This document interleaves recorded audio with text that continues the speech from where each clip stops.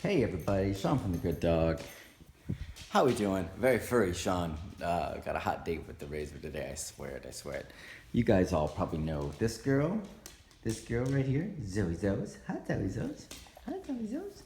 And Zoe, if you guys remember right, we did a bunch of videos on her. We did a bunch of early e-collar work. We showed her doing we showed her being really shut down and really tense and really fearful, really in a bad space, disconnected from us, looking for exit routes, looking for places to flee, just looking to get away, right? So not connect with a handler, in a high fear state, easy to get bitten in that space with her. She's bitten before. Then we showed progress, and we showed us working with her, and we showed her just moving through the whole program. You know, we're trying to do our very best. Hi, young lady. We're trying to do our very best to document more and more of the process as we go, so you guys can kind of see how the arc looks. I'm really 2017, I'm really focused on making sure that we show more of the arc, so everybody gets a better idea of feeling comfortable with the whole process of that. Dogs are supposed to not look great when they start. Dogs are supposed to be a mess. Dogs are supposed to be worried and concerned, because that's how they show up, worried and concerned.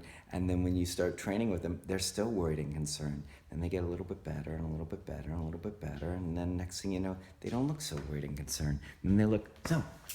And they look more like that, right? So if you go back to the Zoe, hi. Hi, lady. If you go back to Zoe's early videos, Malu, no. If you go back to Zoe's early videos, you won't see a dog that looks anything like this. You'll see a dog that looks vastly, dramatically different. You'll see a dog tense, nervous, fearful, freaked out, disconnected, wanting nothing to do with us. And if we would have touched any way like I just did right now, would have been a bite for sure. So want to just talk about that as far as showing the process and keeping everybody tuned in with the arc of process and progress, and that it should look crappy early on if you've got a dog that's in a bad space. But even more than that, what I want to talk about is that each dog is going to have their own ceiling, their own temperature. It's kind of a phrase that I like to think of it as. Zoe's got her own temperature, she's got her own ceiling, she's got her own limits, and no matter how great we get her, right? Zoe, come. Hi, girl, what are you doing? No matter how great we get her, right? Get her trained, get her obedient, get her listening, get her less tense, get her less stressed, get her more trusting, get her more confident, all that great stuff. She's still gonna have her own temperature point. She's still gonna have her own ceiling. She's still gonna have a point where specific to Zoe is going to determine what she can tolerate successfully and what she can't tolerate successfully. So just because she's been trained and just because we put her through a really great program and we've improved her a ton, doesn't mean that Zoe's bomb-proof or a superhero or able to, leap tall, bad situations in a single bound, as far as having people interact with her in a way that she's not familiar with, or not familiar with, but people she's not familiar with interacting with her before they built trust, and her being uncomfortable with that. We don't know exactly where her ceiling is at or where that temperature might be, but that's part of the process because she's new.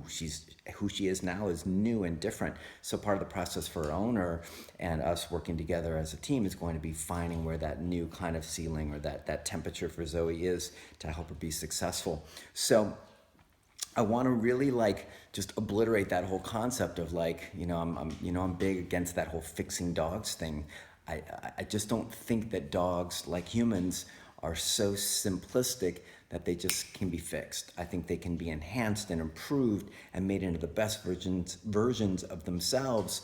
But to think that we can just eradicate all early experiences and genetic predispositions and patterns that have been developed over years and years and years, I think is doing a disservice to dogs and owners and everybody else involved. So anyways, want to just wrap a little bit about this. I wanted to make sure that I'm crystal clear with everybody about you can make amazing progress. You can get dogs into a million times of a better space, like Zoe is. Zoe, come, get over here, right? I mean, she's so much fun. I have such a good time with her. She's in like just such a great space now. But that doesn't mean that Zoe is bomb-proof. It doesn't mean that anybody can just go up to Zoe and touch her. It doesn't mean that she can have just any dog around her. It doesn't mean that, and it also doesn't mean that people couldn't touch her. And it also doesn't mean she couldn't be around other dogs. It just means that each dog, no matter how well trained, is going to have their own specific ceiling, their own temperature set point, what they can tolerate successfully and what they can't. And your job as their owner or their trainer is to find out where that really is and respect it and be aware of it, while still, when you're in the training process, pushing those limits. And even as an owner, consciously pushing those limits and expanding horizons for the dog, but being aware of where that breaking point is so you don't put your dog in a place where they're going to fail. So that's what I wanted to share with you guys. I just think it's a conversation that doesn't get talked about enough in dog training circles. There's a lot of like, you know, dogs can be like fixed and like magic. If I just wave this dog trainer magic wand, there is some pretty magical stuff that can transpire. This dog sitting in front of me right now is very different than the dog that arrived a handful of weeks ago. But that doesn't make her not Zoe. That doesn't mean that she has been reprogrammed and rebooted and is a completely different dog. She is a different dog, but she's still Zoe at the same time. So I want you guys to think about that, marinate, stew on that. If you got any questions, hit me up in the comments. Happy to kind of run through this with you guys. Some people may have different feelings, different opinions, but after working with a whole bunch of dogs with all sorts of behavior issues and having some pretty solid approaches and programs to rebooting dogs and getting them into a better space, I can say pretty unequivocally that dogs can be massively improved, but they're still fundamentally who they are. That doesn't mean that you can't make them safe. Doesn't mean that you can't improve them tremendously, but they still have that kernel of who they are, just like we do. We can go through all the therapy and all the blah, blah, blah, and all that stuff. Still gonna have our quirks, still gonna have some stuff. We gotta find out what our quirks are, how far we can push. Maybe it's a journey for life, it should be for us. Dogs, you're gonna have to check it out as the owner and the trainer. Have realistic expectations while continuing to push, but always being aware that there is no magic. There's no way to, boom, erase it all or like completely reprogram something that's been programmed or genetically predisposed or early environmental limitations, things like that. So I don't want to go back around again, but anyways, hopefully that helps, guys. Dogs all have their own temperatures. They all have their own ceilings. They all have their own set point, what they can tolerate, what they can't tolerate. Training should elevate that considerably. How far? Each dog is different. Each home environment is different, and each training program can be different.